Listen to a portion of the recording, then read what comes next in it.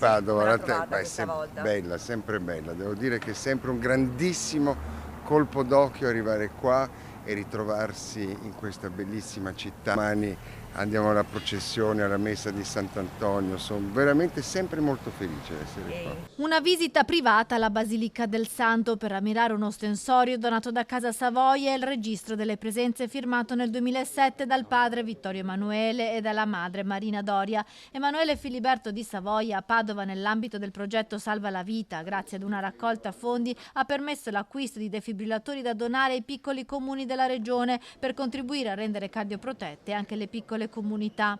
Ma noi con gli ordini sosteniamo approssimativamente 60 progetti in Italia e ogni progetto è scelto, diciamo, dalla delegazione, e la delegazione del Veneto ha scelto questo progetto perché era importante anche averli nei piccoli centri che qualche volta non hanno i mezzi per comprarli o non sanno neanche come usarli, la formazione, dunque è bene mettersi con loro e anche con la Croce Rossa o la Croce Verde e poterli giustamente dare alla popolazione, sono veramente dei salvavita. Quest'anno ad essere interessati dalla donazione sono i comuni di Casalserugo e Legnaro. In mattinata la visita del principe alla Cappella delle Reliquie e alla Tomba del Santo, poi al Battistero del Duomo per ammirare gli affreschi di Giusto de Menabuoi. A Padova per 2 giorni Emanuele Filiberto sarà alla messa e alla processione di Sant'Antonio, a cui è molto devoto.